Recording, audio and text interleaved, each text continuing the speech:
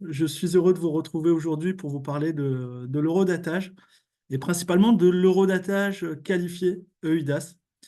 Euh, nous verrons durant ce webinaire de 30 minutes en quoi consiste l'eurodatage, pourquoi faire appel à un eurodatage qualifié EUDAS, comment choisir une autorité d'eurodatage. Et je vous parlerai également des solutions de Certinia en la matière, également de quelques cas d'usage, et nous prendrons le temps de répondre à toutes vos questions. Donc, je vous invite à poser toutes les questions sur le chat, et avec Mathéo, en fin de session, on prendra le temps d'y répondre. À savoir que ce webinaire sera accessible en replay, et donc il est enregistré. Alors, permettez-moi de me présenter. Je suis Ahmed Amadiou, en charge du développement de l'offre d'Eurodatage pour le compte de Certinia. Et je vous propose de commencer par une présentation de Certinia.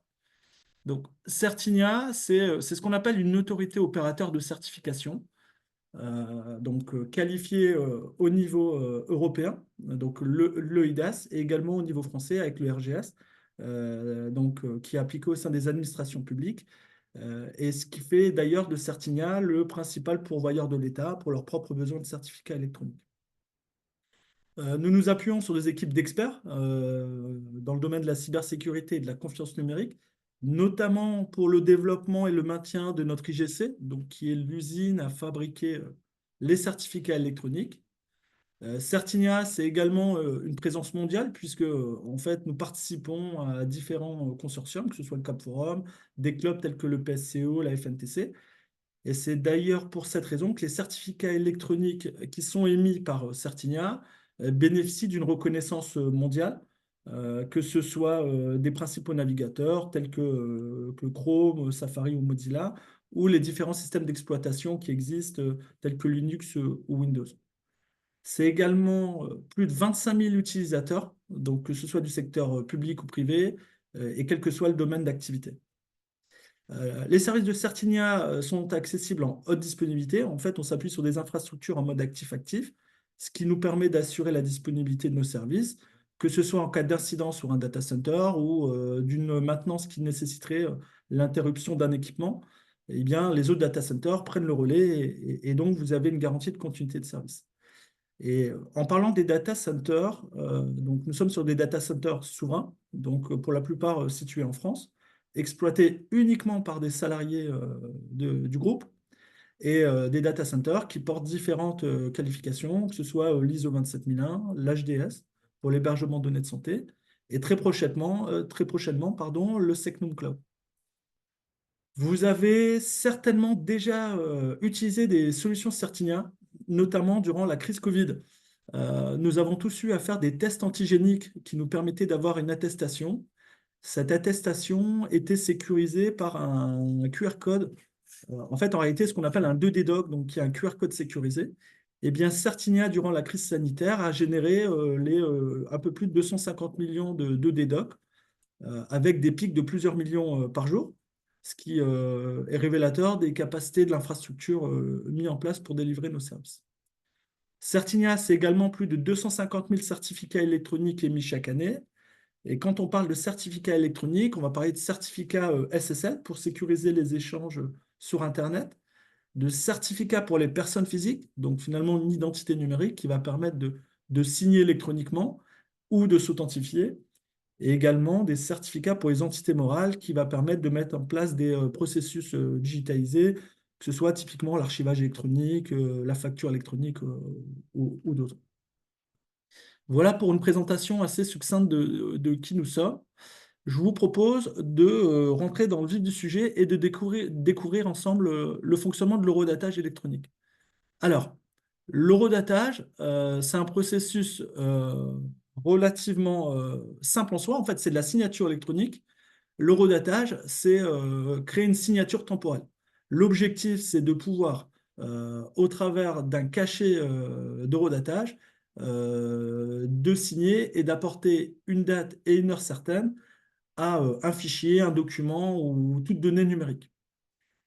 Ça va permettre de constituer des preuves, notamment dans le cas d'un enrichissement d'un manifeste de preuve, pour pouvoir faire valoir l'existence à une date et une heure donnée de ces données et de prouver également qu'elles n'ont pas été altérées, puisque sur le principe, si vous altérez cette donnée, vous cassez l'horodatage qui a été apposé sur le fichier numérique. Ça va permettre également d'assurer une certaine traçabilité, donc pouvoir suivre en fait l'ensemble d'un processus en enregistrant des éléments de preuve. Alors, quelle est la différence entre un horodatage et un horodatage qualifié EUDAS?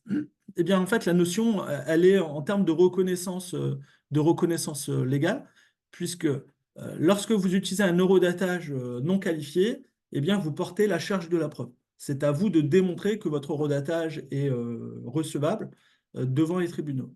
Alors que lorsque vous faites appel à un service de horodatage qualifié, eh bien, il y a une inversion de la charge de la preuve. L'horodatage est présumé reconnu et c'est au contestataire de démontrer que l'horodatage ne devrait pas être reconnu. Euh, Pourquoi? Ben, très simplement parce que l'horodatage est généré à partir d'une autorité, une autorité d'horodatage qui elle-même a été qualifiée par une autorité de supervision. En France, c'est l'ANSSI qui joue le rôle de l'autorité de supervision. Donc, l'ANSSI, qui est l'Agence nationale de sécurité des systèmes d'information, qui dépend du ministère de l'Intérieur. Il faut savoir que chaque pays européen a son équivalent de l'ANSSI. Eh bien, chacune de ces autorités de supervision des différents pays européens va constituer une liste des prestataires de services de confiance selon différents items. Là, en l'occurrence, c'est l'eurodatage. Et ensuite, il va y avoir une fusion de ces listes qui va être faite par l'Union européenne. Et cette liste s'appelle la liste EUTL et qui est présente sur le site de l'Union européenne et qui est mise à jour quasiment en temps réel. Et cette liste répertorie les prestataires de confiance qui sont qualifiés EIDAS. Donc, le fait de passer par une autorité d'horodatage implique nécessairement de faire appel à un service en mode SaaS, puisque l'infrastructure et les mécanismes permettant d'horodater ont été audités et qualifiés par l'autorité de supervision. Et ainsi, vous allez pouvoir bénéficier d'un horodatage qui est juridiquement reconnu et ce qu'on appelle avec une force probante élevée. En quelques mots, l'horodatage qualifié EIDAS va garantir l'intégrité et la traçabilité des contenus, que ce soit garantir l'existence d'un fichier à une date et une heure donnée, et il va également permettre de prouver qu'il n'a pas été altéré depuis le moment où il a été horodaté. Et à partir de ce moment-là, vous avez une preuve qui est tout à fait recevable et qui est tout à fait adaptée lorsque vous mettez en place des processus avec des enjeux ou des besoins de reconnaissance au niveau de l'Union européenne. Eh bien, comment ça fonctionne? Eh bien, en fait, c'est relativement simple puisque vous l'avez certainement compris, l'horodatage arrive en fin de processus mis en place.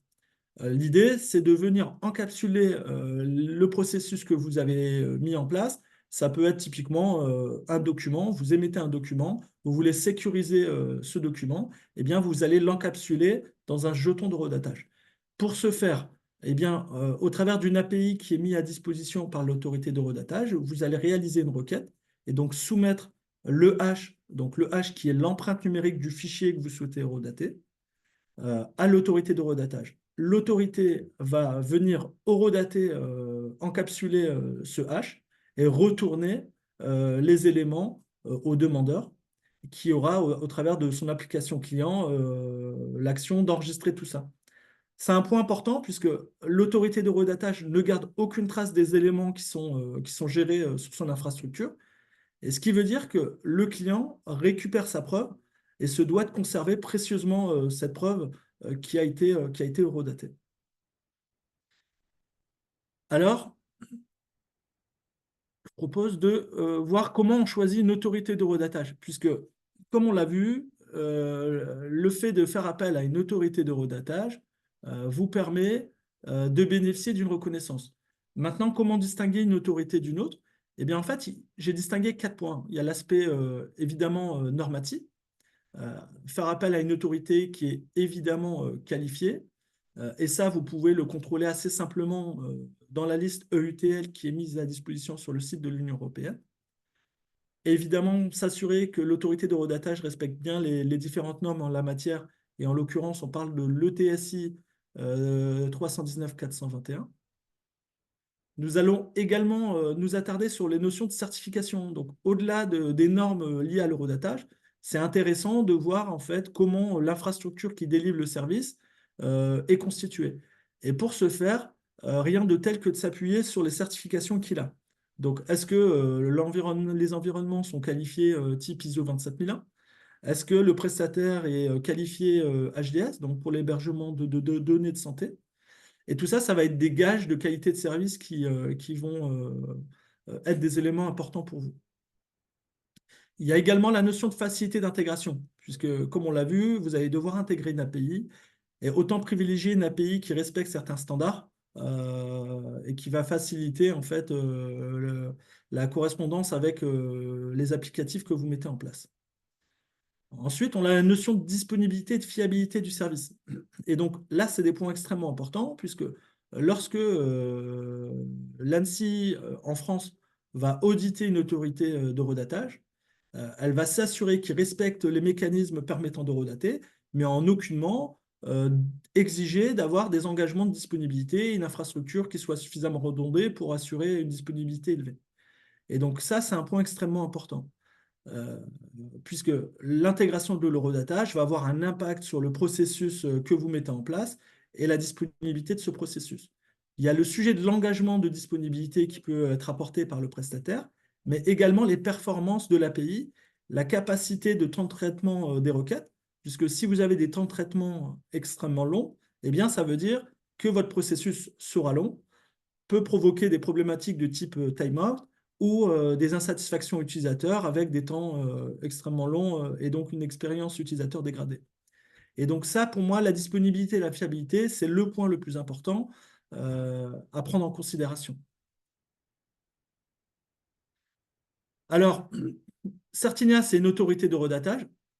Donc, la particularité de Certinia, c'est qu'aujourd'hui, nous sommes une autorité de redatage avec une double qualification. Donc, nous sommes qualifiés au niveau européen, puisque le redatage est qualifié EIDAS, mais également, nous répondons au RGS.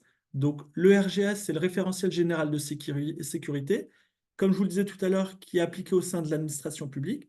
Et donc, en fait, on répond à une exigence par rapport aux administrations françaises et également au niveau européen. On délivre un eurodatage qui est conforme LTA ou ALT pour l'archivage long terme. Et donc, l'eurodatage que l'on délivre au travers de notre API respecte l'API, en fait, les standards REST qui facilitent l'intégration du service. On a une documentation technique relativement riche qui permet une intégration extrêmement simple. En fait, en quelques minutes, vous pouvez intégrer le service et appeler notre API d'eurodatage. Elle peut être intégrée également dans des outils tels qu'Adobe Acrobat Reader pour pouvoir horodater au format PDF. Et évidemment, Certinia est un prestataire de services de confiance, aussi bien pour les services de horodatage, mais bien au-delà, puisqu'en fait, on est capable de délivrer des certificats qui vont permettre de signer, et également de signer et de horodater. Et bon, ça, c'est un autre sujet qu'on évoquera peut-être dans un prochain webinaire. En résumé, l'autorité de horodatage Certinia, c'est une autorité française qui est conforme aux exigences européennes, qui a, cerise sur le gâteau, une reconnaissance au niveau national, un eurodatage qui est conforme pour faire de l'archivage long terme, et avec des performances de requêtes qui sont extrêmement élevées, puisqu'on l'avait vu tout à l'heure avec la partie de DDoC, on est capable d'absorber des requêtes extrêmement importantes de plusieurs millions par jour. Alors, permettez-moi d'aborder rapidement la partie infrastructure, puisque la partie infrastructure, c'est un point important, comme on l'a vu tout à l'heure. Certinia, aujourd'hui, c'est 5 data centers, 4 data centers en France, un en Espagne, des data centers qui répondent à la RGPD et à l'exigence de souveraineté, puisque c'est des environnements qui sont exploités uniquement par des salariés de l'entreprise. Ça permet d'avoir des niveaux de conformité extrêmement importants et avoir des environnements qui sont conformes à l'EIDAS, le RGS, on l'a évoqué tout à l'heure, l'ISO 27001, l'hébergement de données de santé, le Secnum Cloud qui arrive très prochainement. C'est également un gage de sécurité, puisque en tant que prestataire de services de confiance, On prend l'engagement de ne garder aucune trace des éléments qui sont horodatés chez nous. Et ça fait partie des prérogatives d'un prestataire de service de confiance. Voilà. Et donc, vous assurez ainsi la totale confidentialité des éléments qui sont traités au travers de notre infrastructure. Alors, quelques références. Certinia, sur le marché de l'horodatage, permet de répondre à des nécessités d'horodater des contrats de travail, des sujets d'archivage et même d'archivage à valeur probatoire au travers de la partie ALT. Des systèmes d'information, on l'a vu un peu plus haut, la capacité d'horodater, en fait, les processus mis en place et les workflows que vous pourriez mettre en place. C'est des services qui sont utilisés dans le cadre de la LRE, LREQ, donc dans le cadre de la lettre recommandée électronique, donc qui dépend du règlement EIDAS. Eh bien, l'intégration de l'horodatage est un prérequis indispensable. Vous allez également avoir des cas d'usage dans le domaine de la protection de propriété intellectuelle, puisque comme on l'a vu tout à l'heure, l'horodatage est en soi une preuve et vous permet de constituer des preuves de propriété intellectuelle. Vous avez également les activités de vote électronique où l'horodatage est indispensable puisqu'il va permettre d'avoir en fait une trace de l'ensemble du processus permettant le vote électronique. Nous avons également la signature électronique. Ça, c'est un point important puisque la signature électronique, l'objectif étant d'apporter la preuve d'une acceptation ou d'une validation d'une transaction avec un signataire. Et en fin de compte, le redatage est totalement complémentaire et indispensable à ce processus puisque la signature va venir sceller l'acceptation, le redatage va venir encapsuler dans le temps l'acceptation, donc la signature électronique et la non-altération du fichier, du document qui aura été signé. On a également le domaine du C2E, donc tout ce qui est économie d'énergie, où là, en fait, pour éviter les risques de fraude, l'administration fiscale met en place des décrets qui nécessitent l'intégration de l'horodatage, notamment les contrôleurs qui doivent fournir des rapports horodatés et fournir également des photos géolocalisées et horodatées. Horodatées au sens EIDAS, évidemment. Donc voilà, là, c'est quelques cas d'usage. Il y en a bien d'autres qu'on ne citera pas forcément ici, mais auxquels vous êtes peut-être confrontés. Donc nous avons aujourd'hui un nombre de clients extrêmement important, que ce soit une toute petite structure qui a besoin de garantir ses preuves de propriété intellectuelle, qui souhaite horodater des preuves dans le cas de contestation et de procédures judiciaires, et également des très grandes structures qui ont mis en place des workflows et des processus digitalisés et qui ont besoin de sécuriser ces processus au travers d'un horodatage qualifié. Alors, je vous propose de balayer les questions que vous pourriez avoir. Mathéo, je te laisse me dire si tu as identifié des questions auxquelles je pourrais répondre. Alors pour l'instant, il n'y a pas de questions. Je vous invite à poser des questions dans le chat ou dans l'onglet questions et réponses. Ahmed vous fera, sera un plaisir de répondre à vos questions.